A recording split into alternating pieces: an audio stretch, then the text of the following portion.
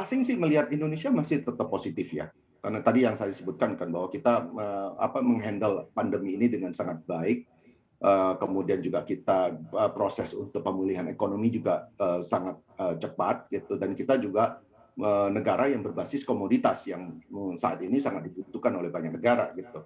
Dan kalau kita lihat yield, ya kalau in out itu masih saya rasa kategorinya masih bukan secara masif ya, seperti tahun-tahun kurang lebih sekitar 2014 begitu.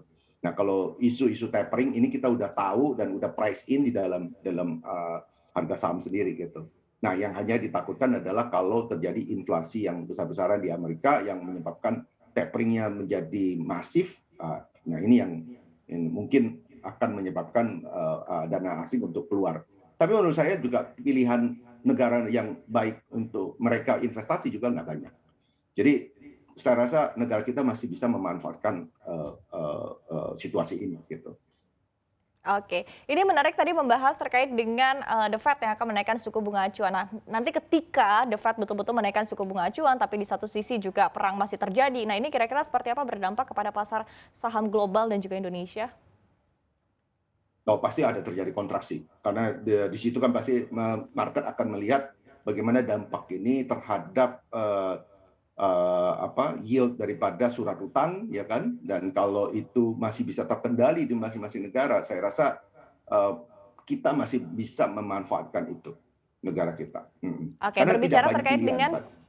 Oke, berbicara terkait dengan surat utang, begitu biasanya kan di kondisi seperti ini juga menjadi pilihan oleh para investor ya untuk menanamkan asetnya di instrumen-instrumen yang bisa kita katakan lebih aman begitu. Nah, tapi dari Anda sendiri melihat untuk saham sebagai investasi di tengah kondisi seperti ini seperti apa sih Pak? Apakah memang masih menarik khususnya tadi sekali lagi ya di saham-saham sektor komoditas begitu. Nah, ini kira-kira seperti apa?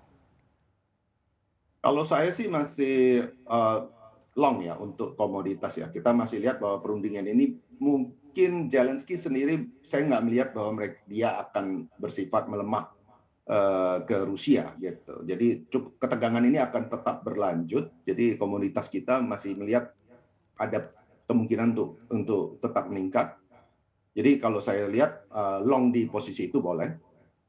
Kalau untuk perbankan ya basically kalau sudah punya perbankan saya rasa nggak usah ikut-ikutan keluar gitu karena ya dividen juga cukup menarik dari bank-bank BUMN. Ya saya rasa itu cuman masalah profit taking aja gitu. Oke.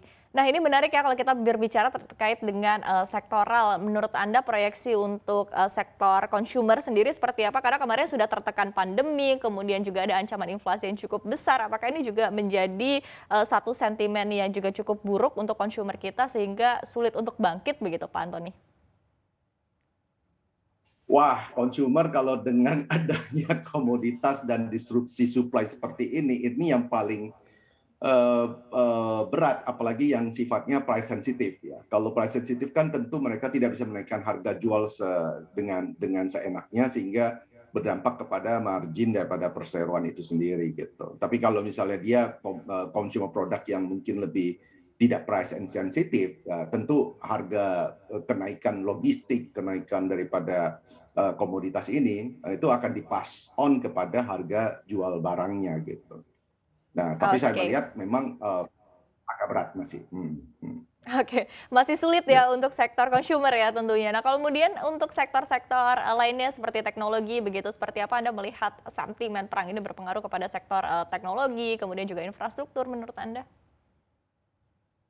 Oh ya, teknologi yang kita tunggu-tunggu si Goto ya untuk secepatnya bisa listing itu saya rasa juga ya paling mendapatkan manfaat juga karena mereka basically kan e-commerce.